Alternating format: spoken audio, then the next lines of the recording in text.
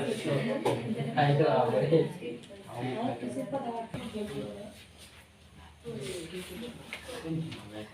Student, आज हम लोग पढ़ेंगे न्यूटन के गति नियम। न्यूटन फिजिक्स के पिता कहलाते हैं, जिन्होंने फिजिक्स के विभिन्न क्षेत्रों में कई कार्य किए हैं, इसीलिए उन्हें पिता कहा जाता है फिजिक्स का। तो उन्होंने गति के बारे में 3 नियम दिए थे। आज उन्हीं तीनों नियम को हम लोग पढ़ेंगे।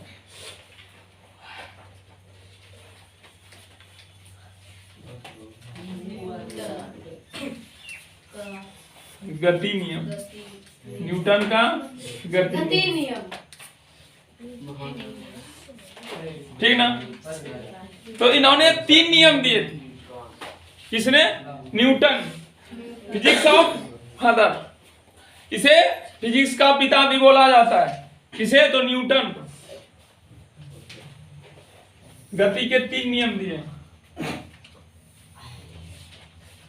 प्रथम नियम, द्वितीय नियम और तृतीय नियम। प्रथम, द्वितीय तथा तृतीय। ठीक। न्यूटन के प्रथम गति नियम,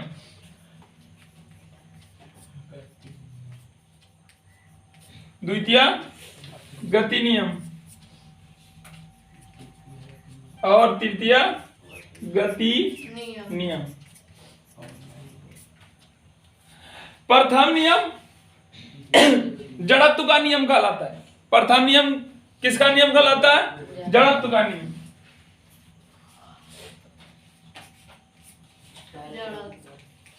याद रखना इसको, सभी प्रकार के एग्जाम में आते हैं। प्रथम नियम का दूसरा नाम क्या है? जड़त्व का नियम। और द्वितीय नियम संवेग का नियम। संवेग का नियम, संवेग का नियम। और तृतीय गति नियम क्रिया प्रतिक्रिया नियम। क्रिया प्रतिक्रिया नियम।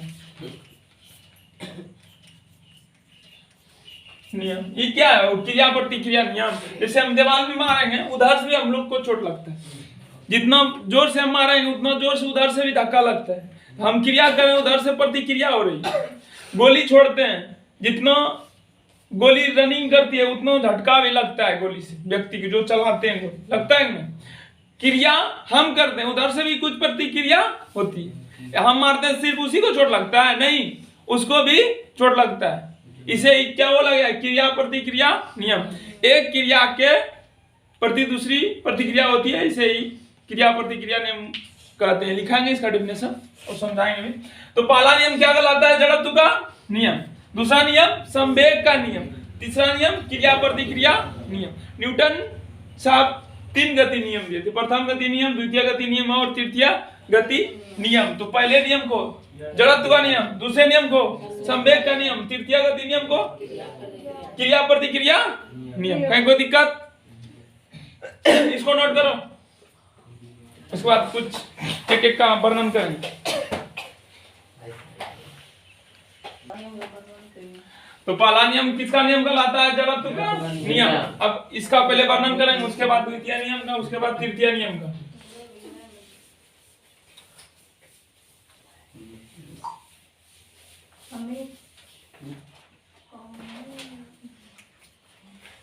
न्यूटन का प्रथम गति नियम। यह कौन सा नियम कहलाता है? जड़त्व का नियम।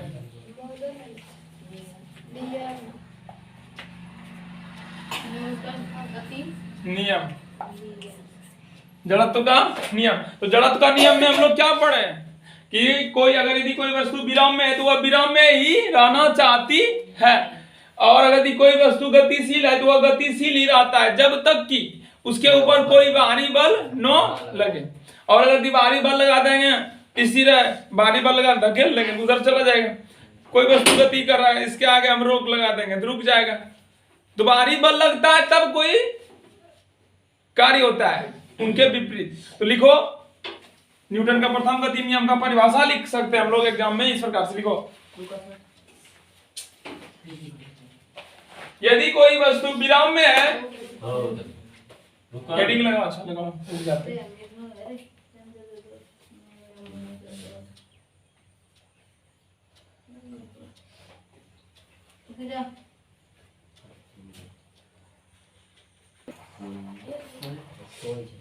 जब कोई वस्तु विराम में है तो वह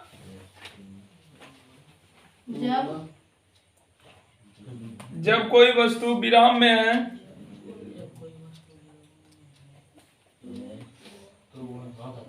या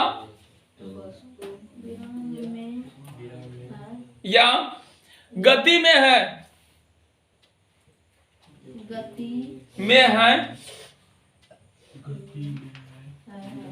तो वह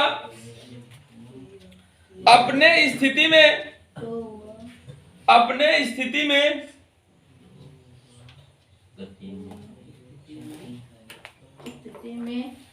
तब तक बना रहेगा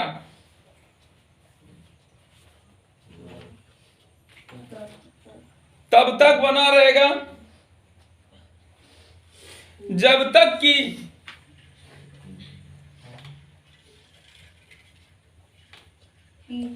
उसके ऊपर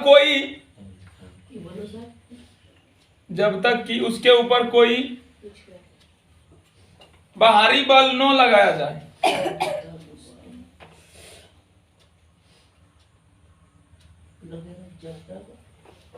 जब तक कि उसके ऊपर कोई बाहरी बल नहीं लगाया जाए।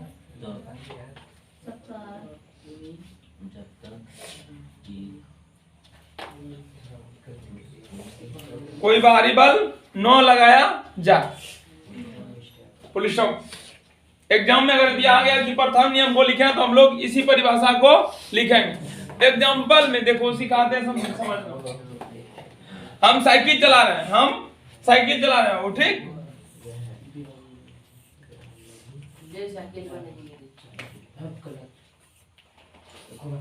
ठीक ना।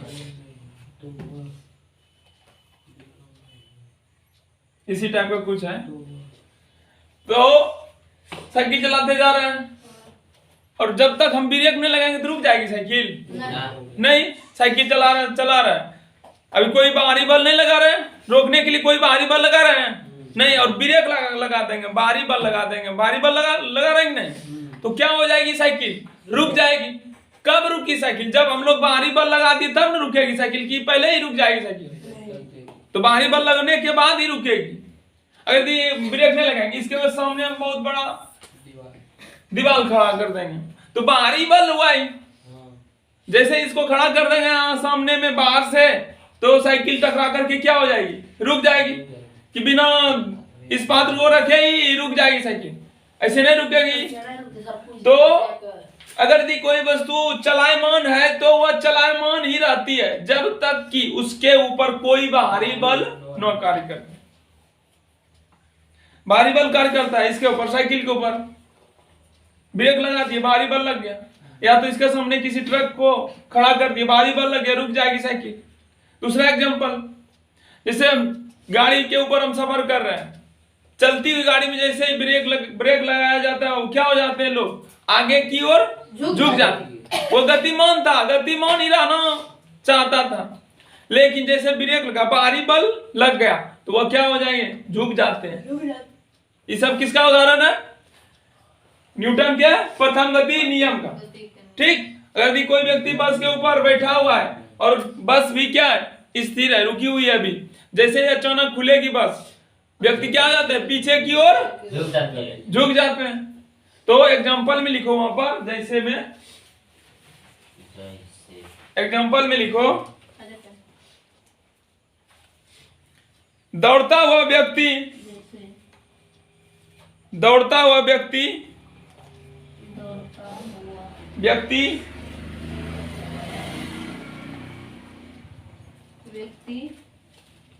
एकाएक नहीं रुक सकता है, रुक जाएगा अचानक, हम दौड़ते हुए जा रहे हैं, रुक जाएंगे अचानक, कभी ऐसा हुआ है, धीरे धीरे रुकते हैं।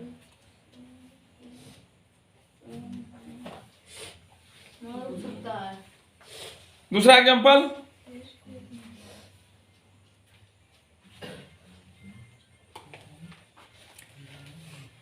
चलती गाड़ी के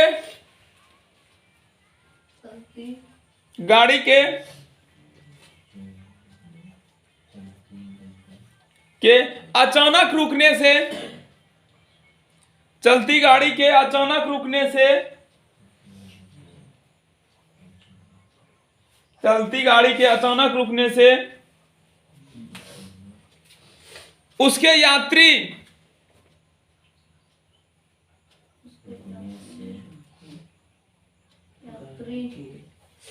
यात्रियों का, अगर को यात्रियों का आगे झुकना, यात्रियों का आगे झुकना,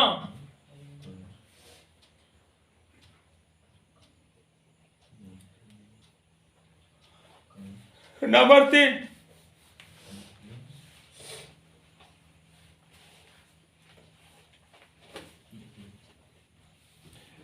लंबी कूद,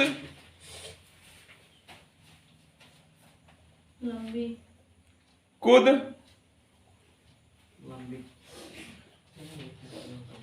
का खिलाड़ी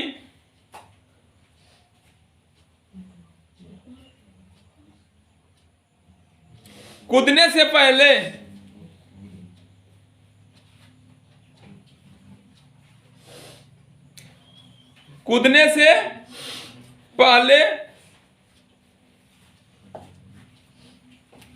तेज दौड़ता है। लंबी कूदने होता है स्कूल सब में या कहीं भी, तो उससे पहले क्या करते लोग, कुछ दूरी तक दौड़ते हुए जाता है, उसके बाद कूदता है। ये सब किसका उदाहरण है? न्यूटन के प्रथम गति के नियम का उदाहरण। ठीक, अब प्रथम गति के नियम को जानेंगे, उसको क्या बोलते हैं? जड़त्व का नियम। अब हम लोग पढ़ेंगे द्वितीय गति नियम को। द्वितीय गति नियम का दूसरा नाम क्या है? संवेग का नियम। हाँ, द्वितीय गति नियम।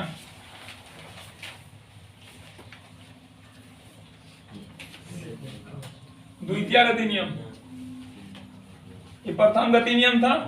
अब हम लोग पढ़ेंगे द्वितीय गति नियम, न्यूटन का द्वितीय गति नियम।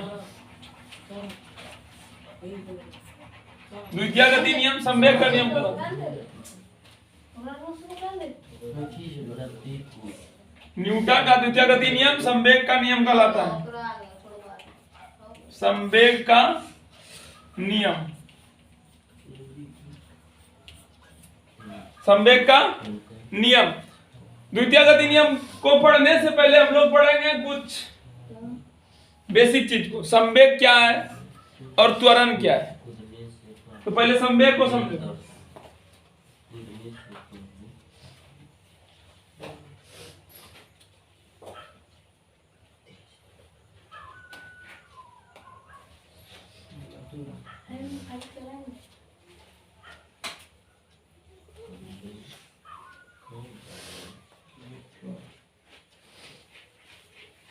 सुनो इधर, संवेग, संवेग क्या है? यहां पर एक वर्ड आया संवेग। अगर यदि मान लो ए बी एक पथ है, ए बी एक क्या है? पथ, रास्ता है, मार्ग। हाँ,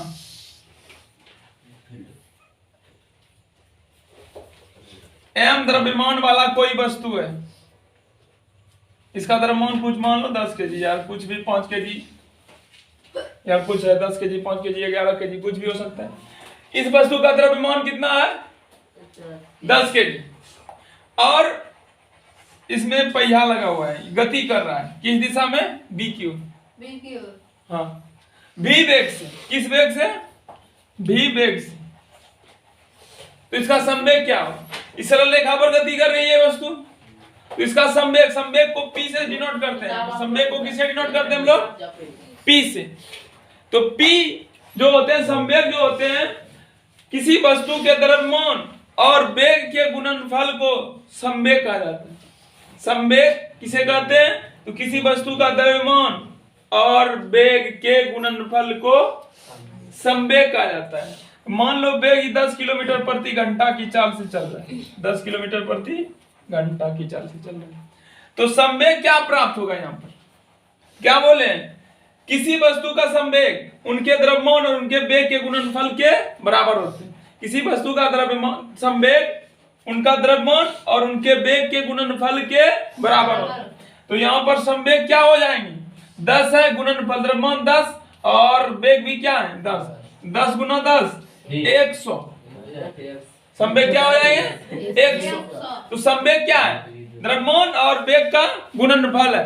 तो संवेग वहीं स्टार पॉइंट लगा लो, संवेग देकर के डैश, उन पहले इनका परिभाषा लिखो, तब न्यूटन का द्वितीय गति नियम पढ़ेंगे।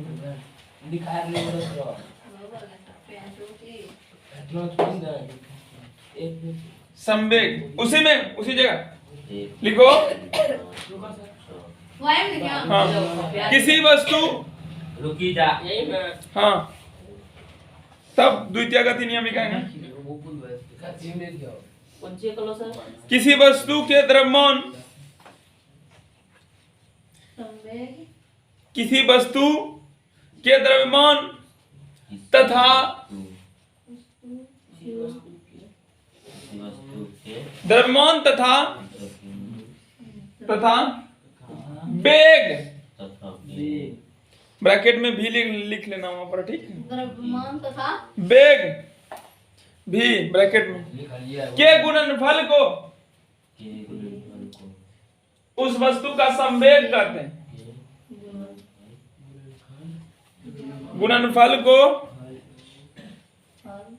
उस वस्तु का संवेग कहते हैं।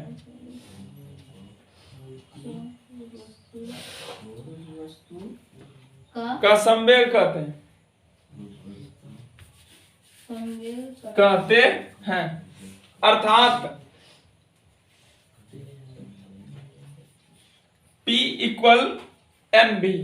गुणनफल ना बोले हैं बाबू, तो m गुना b। यहाँ गुना का सिंबल नहीं दिया, ऐसे समझ लेना, वहां बीच में क्या रहते हैं? गुना का सिंबल। अर्थात P बराबर mb। संवेग का कल के डेट में अगर यदि हम परिभाषा पूछ देंगे, कोई व्यक्ति आकर के पूछ देगा कि संवेग क्या है, तो क्या बोलेंगे? किसी वस्तु का द्रव्यमान एवं उनके वेग के गुणनफल को संवेग कहते हैं। संवेग किसे कहते हैं? किसी वस्तु के द्रव्यमान एवं उनके वेग के गुणनफल को संवेग कहते हैं। संवेग किसे कहते हैं? किसी वस्तु के द्रव्यमान और वेग के गुणनफल को संवेग करते हैं। परिभाषा याद हुआ? संवेग को किसे डिनोट करते हैं? P से। तो P बराबर क्या सूत्र बन गया? m। संवेग कहते किसे हैं? किसी वस्तु के द्रव्यमान और उनके वेग के गुणनफल को संवेग कहते हैं। इसे P से सूचित किया जाता है। अर्थात P बराबर क्या हो जाएंगे? mb। होगा कि नहीं? वहां पर लिख लो इस सूत्र को, P बराबर mb। ठीक। अब दूसरा चीज आता है इसमें, त्वरण। ए से सूचित करते हैं। ये मैंने सुना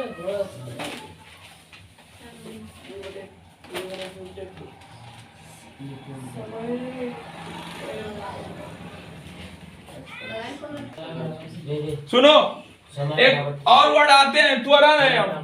समझने वाला टॉपिक है सर, त्वरण।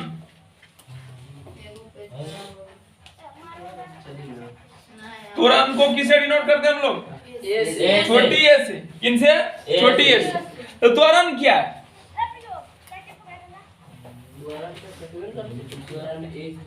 ए बी, दो बिंदु के बीच का पथ है, ठीक? A B.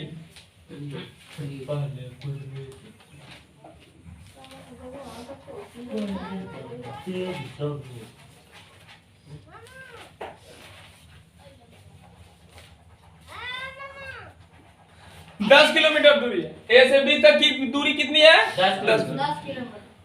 और कोई व्यक्ति बिंदु ए पर, मान लो इधर से चलते आ रहे हो, यहां पर उनका चाल था कितना? 10 किलोमीटर प्रति घंटा। बिंदु ए पर व्यक्ति का चाल कितना बाबू 10 किलोमीटर प्रति घंटा। जब चलते हुए बी पर चला जाता है, कहां चला जाता है बी पर, तो वहां पर उनका चाल हो जाता है मान लो 12 किलोमीटर प्रति घंटा। 12 किलोमीटर प्रति घंटा। ये क्या है प्रारंभिक चाल, ये क्या है अंतिम चाल। तो प्रारंभिक चाल को किससे डिनोट करते हैं, किससे करते हैं यू से, और अंतिम वेग को 20। प्रारंभिक वेग क्या है, प्रारंभिक वेग क्या है 10 किलोमीटर प्रति घंटा, और अंतिम वेग क्या है, और यहां से यहां तक जाने में लगा समय मान लो 1 घंटा है। कितना है 1 घंटा ने 2 घंटा मान लो। यहां से यहां तक जाने में, बिंदु ए से बिंदु बी तक जाने में उनको कितना समय लग रहा है 2 घंटे। तो वेग में परिवर्तन हो रहा है। वेग पहले क्या है 10 किलोमीटर प्रति घंटा, और अंत में क्या हो जाता है 12 किलोमीटर प्रति घंटा। तो त्वरण कहते हैं किसे, तो किसी निश्चित समय अंतराल में वेग की परिवर्तन की दर को क्या कहते हैं त्वरण। जैसे मान लो यहाँ पर 6 बजे यहाँ पर था, कितना बजे 6 बजे, और 8 बजे कहाँ चला जाता है बिंदु बी पर चला जाता है। 6 बजे कहां पर था बिंदु ए पर, और 8 बजे कहां चला जाता है बिंदु बी पर। तो समय के साथ वेग भी परिवर्तन हो रहा है, समय भी बदल रहा है, और देख लो वेग भी क्या हो रहे हैं बदल रहा है, वेग बदल रहा है कि नहीं। बिंदु ए पर उनका वेग कितना था 10 किलोमीटर प्रति घंटा, चलता नहीं इतना, चल बदल रहा है कि नहीं देख लो। तो समय के साथ वेग परिवर्तन, समय भी बदल रहा है, वेग भी बदल रहा है। समय 6 था, यहां से कहां चला गया 8, और यहाँ कितना था वेग, चाल कितना है वो 10, यहाँ पर चाल कितना हो गया उनका 12 किलोमीटर। तो परिभाषा क्या देंगे हम लोग त्वरण का, समय के साथ वेग परिवर्तन की दर को क्या कहते हैं त्वरण। तो त्वरण लगा करके स्टार लगा के डैश डालो और त्वरण का परिभाषा लिखाएंगे, और इससे पहले सूत्र को फाइंड करेंगे हम लोग। ठीक, लिखो समय के साथ, हाँ त्वरण दे करके डैश, समय के साथ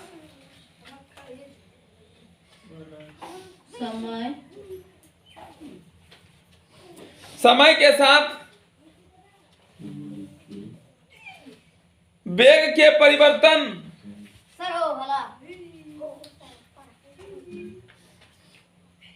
की दर को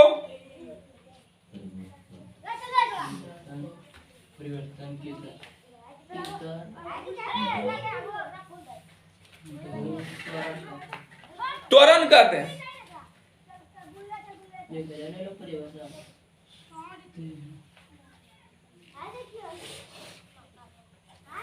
क्या कहते हैं त्वरण, किसे कहते हैं त्वरण, क्यों कहते हैं त्वरण, किसी समय के निश्चित अंतराल में, तब समय के साथ वेग परिवर्तन की दर को त्वरण कहते हैं। त्वरण किसे कहते हैं, समय के साथ वेग परिवर्तन की दर को त्वरण कहते हैं।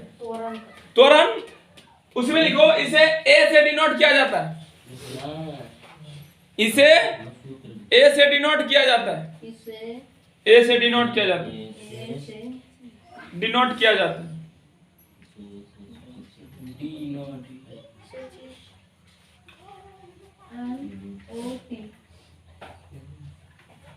इसे किन से डिनोट किया जाता है, ए से डिनोट किया जाता है। तो सूत्र क्या बनेगा देखो बतलाते हैं।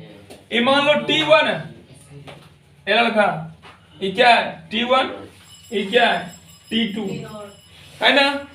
तो सूत्र मेरा बन रहा है ए बराबर समय के साथ, किसके साथ, समय के साथ वेग में क्या हो रहा है परिवर्तन हो रहा है। पहले 10 था, फिर कितना हो गया वेग इतना हो गया। तो समय के साथ, समय T1 से T क्या हो जाते हैं T2, तो T1 और T2 का अंतर कितना देख लो, T2 माइनस T1, T2 में और T2 में T1 घटा रहे हैं, कितना मान आ रहा है 2। तो क्या परिवर्तन हो रहा है, वेग परिवर्तन हो रहा है। तो v minus u, v minus u। T2 minus T1 का मान कितना है? v का मान कितना है देख लो। v का मान 12 था, u का मान 10। और समय में कितना परिवर्तन? 2 घंटा लग रहा है। 10 12 में 10 घटा 2 बटे कितना हुआ त्वरण? 1 मीटर प्रति सेकंड स्क्वायर। इसका सही मात्रा क्या होता है? मीटर प्रति सेकंड स्क्वायर, ठीक ना? तो उसमें सूत्र लिख लो, अर्थात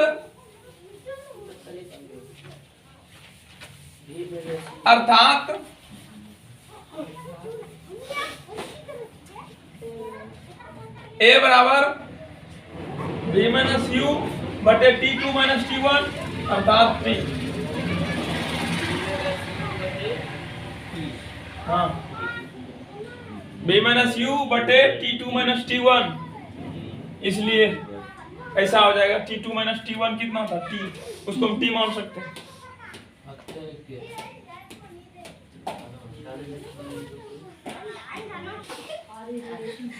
तो A बराबर हम लोग सूत्र क्या देखे? v माइनस u बटे T। और संवेग बराबर सूत्र क्या देखे? P बराबर mv। देखे हैं कि नहीं रे? तो सूत्र अभी तुरंत अभी प्रयोग होगा, ठीक ना? लिखाते हैं, तृतीय नियम पहले लिखा देते हैं तुम लोग।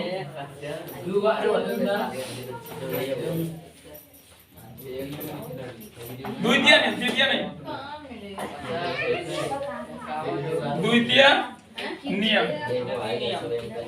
चलो लिखो, द्वितीय नियम को लिखो। किसी वस्तु के संवेग, हाँ द्वितीय नियम यहाँ पर, किसी वस्तु के संवेग, वस्तु के संवेग की परिवर्तन की दर, किसी वस्तु के संवेग की परिवर्तन की दर, परिवर्तन की दर उस वस्तु पर लगने वाले बल,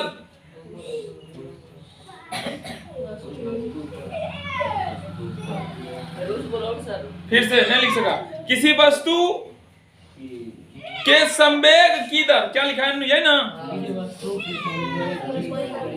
की दर उस वस्तु पर परिवर्तन की दर। फिर सुनो, किसी वस्तु के संवेग की परिवर्तन की दर उस वस्तु पर लगने वाले बल के समानुपाती होता है, के समानुपाती होता है, के समानुपाती होता है।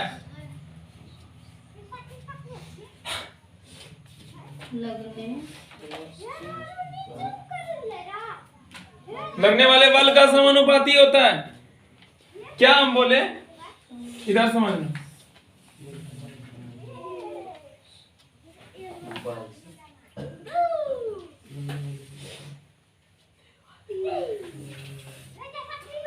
कोई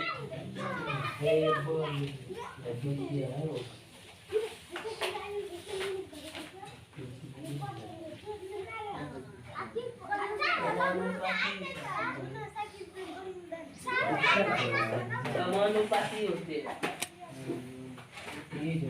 नहीं का फरमान जन्म से रखने दिया हेलो भाई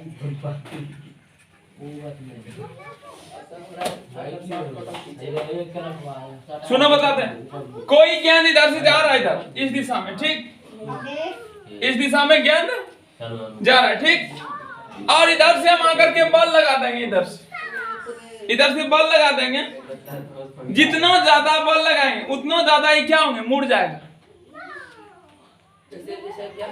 हाँ, किसी वस्तु के संवेग की परिवर्तन की दर उस वस्तु पर लगाए गए बल के समानुपाती होता है। यदि हम 10 न्यूटन का बल लगाएंगे, मान लो इस दिशा में गेंद मुड़ जाती है, और अगर हम 12 न्यूटन का बल लगा देंगे तो और पहले मुड़ जाएगी।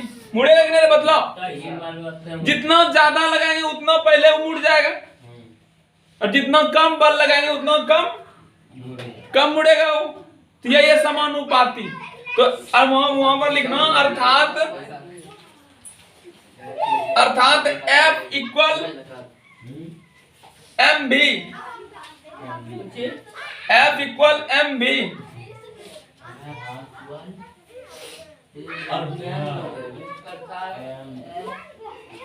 बल किसके समानुपाती होता है? संवेग का समानुपाती होता है। समानुपाती प्रोपोर्शनल टू होगा यार, हम बराबर दे रहे हैं, मिस कर रहे हैं। समानुपाती।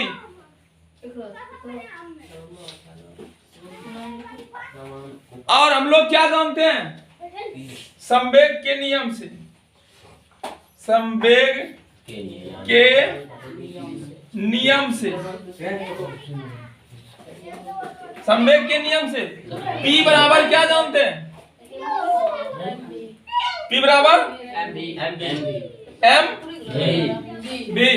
P बराबर क्या जानते हैं? समीकरण 2। समीकरण कितना? 2। मान लो उसको।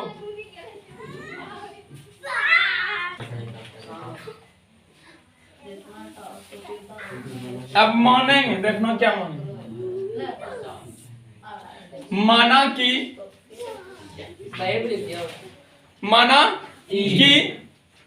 किसी वस्तु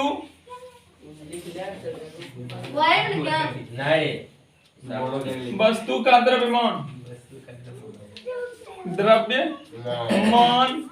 m है तथा प्रारंभिक वेग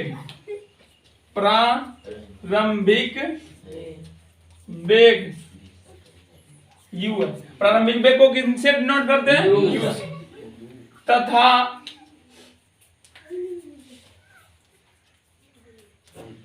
उसके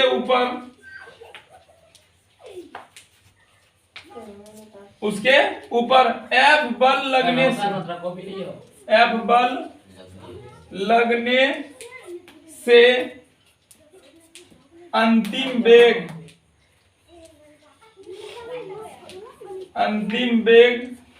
t समय में भी हो जाता है। क्या हो जाता है? भी हो जाता है। सुनना, इधर मिटा रहे हैं हम, जो लिखे हैं उसका फिगर निरूपित इधर कर रहे हैं। माना कि किसी वस्तु का द्रव्यमान कितना है? m। वजन इनका, इस वस्तु का द्रव्यमान कितना है? m। ठीक, A बिंदु, B बिंदु, A B m। तथा प्रारंभिक वेग कितना है उनका? u। प्रारंभिक वेग कितना है? u। यहाँ पर ये जो वस्तु गति कर रही है, इनका वेग अभी कितना है? u। जब इसके ऊपर बल लगाया गया, इधर से धकेला गया, बल का मतलब धकेलना है, कितना होता है? पुश करना है, ये ना होता है। धकेला गया या पुश किया गया या बल को लगाया गया, तो उससे अंतिम वेग t समय में कितना हो जाता है उनका? जब यहाँ से इसको धकेला गया तो यहाँ चला आएगा, यहाँ पर इनका वेग कितना है? v। और यहाँ से यहाँ तक जाने में उनको कितना समय लगा? t समय। यहाँ से यहाँ तक उनको जाने में कितना समय लगा? t समय। तो लिखेंगे, इसलिए प्रारंभिक संवेग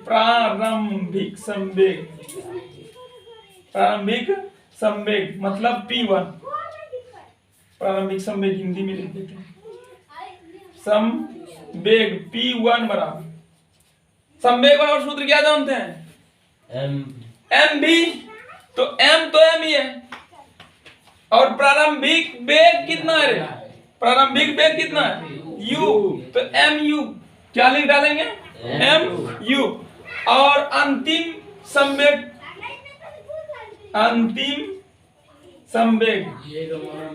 P2। अंतिम संवेग P2, उसको क्या मानेंगे? P2। संवेग को किससे डिनोट करते हैं? P से। तो अंतिम है, तो अब की बार क्या मानेंगे? 2। पहले 1 मानेंगे, दूसरे को क्या मानेंगे? 2। तो m तो है, ये वहां पर रहेगा ही। उसके बाद अंतिम वेग कितना? v। कितना रहेगा अंतिम वेग? v। इसलिए t समय में, यहां तक नोट करो तो थोड़ा सा नीचे जगह नहीं हटेगा, वो यहां तक नोट करो।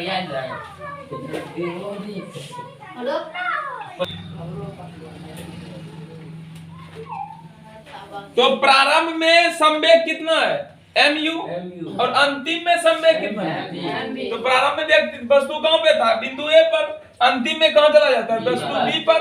तो यहाँ पर संवेग P1 का मान mu और यहाँ पर संवेग P2 कितना है mv और समय कितना लग रहा है t।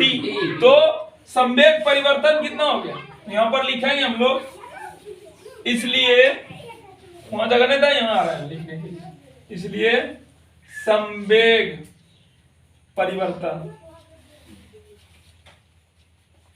बराबर वो क्या हो जाएगा, t समय में परिवर्तन हो रहा है ना, तो t नीचे क्या करते हैं अंतिम माइनस प्रारंभ करते हैं। चलो लो P2 माइनस P1। अब बतलाओ P2 का मान कितना है, कितना है mv माइनस क्या mu। प्रारंभ में क्या है P1 रे, P1 P2 माइनस P1, तो P2 का मान यहाँ P1 का मान mu, नीचे t है ना, इसको मिटा रहे हैं। अब देखो ऊपर में m इसमें भी है, m इसमें भी है, mm कॉमन v माइनस अंदर में क्या बच जाएगा u बटे t। क्या है संवेग में परिवर्तन, तो इसको नोट करो। उसके बाद लिखेंगे न्यूटन के द्वितीय गति नियम से। हाँ चूंकि न्यूटन के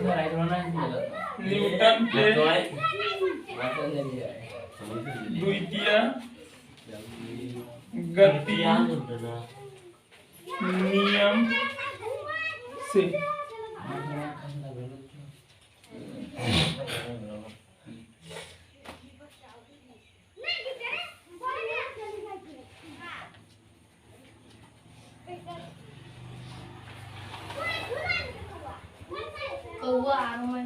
न्यूटन के द्वितीय गति नियम से क्या होते हैं, किसी वस्तु के संवेग की परिवर्तन की दर, संवेग परिवर्तन है यहाँ क्या लिखा है, संवेग परिवर्तन की दर जो होते हैं बल के समानुपाती।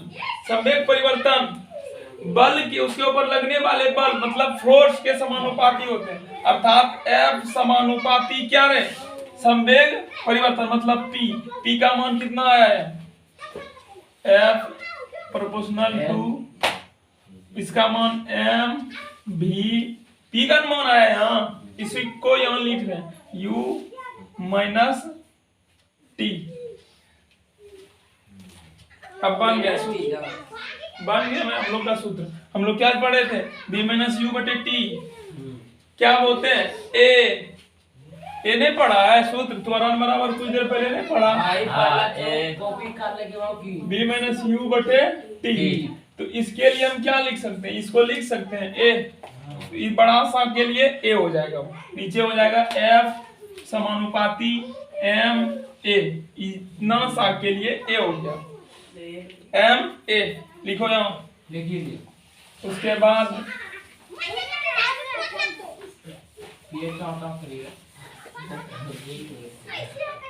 जब समानुपाती का चिन्ह हटता है ना बराबर में बदलता है तो उसके लिए कांस्टेंट लगता है के। समानुपाती का सिंबल है जिसको जब बराबर में बदलते हैं तो एक कांस्टेंट आता है, उसको के। इसलिए F बराबर इस चिन्ह को हम बदल दिए किस बराबर में, कांस्टेंट लगता है के, उसके बाद क्या है m a, यहाँ तक नोट करो।